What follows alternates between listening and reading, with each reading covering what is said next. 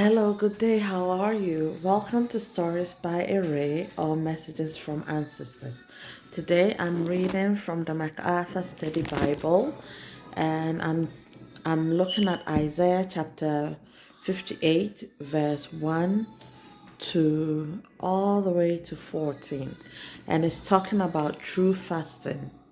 It says, chapter 58, it says, "Shout it aloud, do not hold back. Raise your voice like a trumpet. Declare to my people their rebellion, and to the descendants of Jacob their sins. For day after day they seek me out.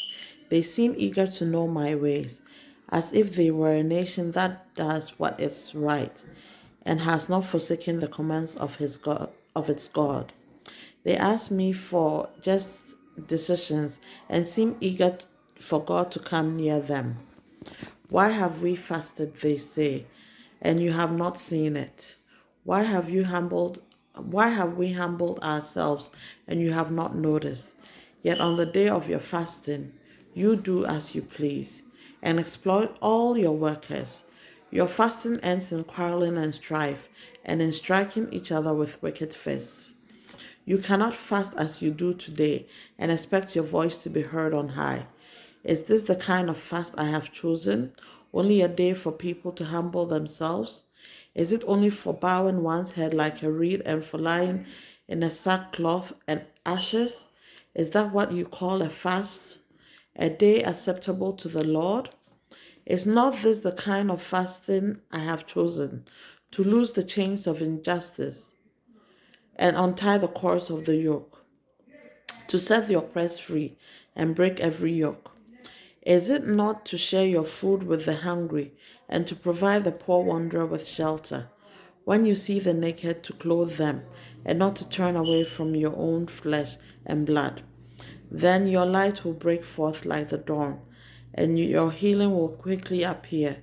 Then your righteousness will go before you, and the glory of the Lord will be your rear guard. Then you will call, and the Lord will answer."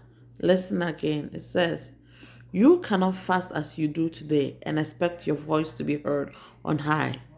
Is this the kind of fast I have chosen, only a day for people to humble themselves?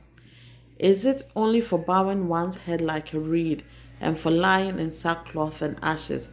Is that what you call a fast, a day acceptable to the Lord? Is not this the kind of fasting I have chosen?" The kind of fasting God has chosen is to loose the chains of injustice, to untie the cords of the yoke, to set the oppressed free, and to break every yoke. Is it not is it not to share your food with the hungry and to provide the poor wanderer with shelter? You're also supposed to share your food and provide shelter to the poor wanderer. And when you see the naked, you're supposed to clothe them and not to turn away from your own flesh and blood. That is the kind of fasting that God Himself is saying you need to do. It's not all about not eating or not drinking or these. This is God's instruction. If you think I'm wrong, go look in Isaiah chapter 58 and read from verse 1 going all the way to 14. I'll continue, and then you'll call and the Lord will answer. You will cry for help and He will say, "Here am I." If you do away with the yoke of oppression, with the pointing fingers and malicious talk, and if you spend yourselves in behalf of the hungry and satisfy the needs of the oppressed, then your light will rise in the darkness and your night will become like the noonday. The Lord will guide you always. He will satisfy your needs in a sun-scorched land, and will strengthen your frame. You will be like a well-watered garden, like a spring whose water never fails. Your people will rebuild the ancient ruins and will raise up the age-old foundations. You will be called repairer of broken walls, restorer of streets and dwellings. If you keep your feet from breaking the Sabbath and from doing as you please on my holy day, if you call the Sabbath a delight and the Lord's holy day honorable, and if you honor it by not going your own way and not doing as you please or speaking idle words, then you will find your joy in the Lord, and I will cause you to ride in triumph on the heights of the land, and to feast on the inheritance of your father Jacob, for the mouth of the Lord has spoken.